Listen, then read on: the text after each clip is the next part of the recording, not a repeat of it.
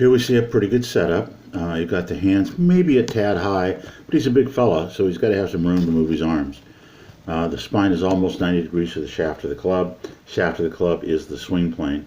What we'd like to see him do is when he gets to the top of the swing plane is to be on the upper arm on a plane that's parallel to it. This would be the lead arm.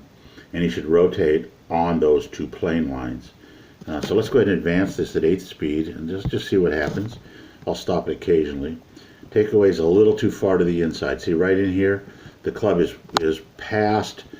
He's got a swing alignment guide right here. The club shaft and his hand should be over that alignment guide, which is right in front of his toes. And that way, the club head would be blocking our view of the hands. So he's got the club a little back. And what that does is tends to make it a power robber by getting us too jammed in. We want to keep the hands in front of our body. And you see he hasn't rotated enough to keep the hands there.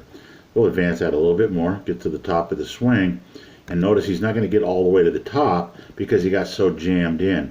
He's not able to get his hands as high as that white line we'd like to see him on.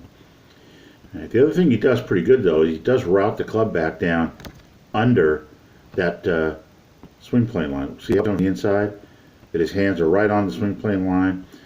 He's got a nice gap there from his right elbow to his left elbow. He's really creating some power there. He is pulling up out of the shot a little bit, but you know, I'm not going to squabble about that. And what that allows the ball to do is have a nice draw. So you'll see here, as he makes contact, it's going to start a little bit out to the right, not much, and it's going to draw right back in again. You can see he's done a really good shot there. Up and away, really nicely done. Now what we'd like to see at this point is some rotation of the lower body so that the right heel is pulled up off the ground. But this is better than lifting the right heel off the ground. If you have to make a mistake, err on being connected to the ground.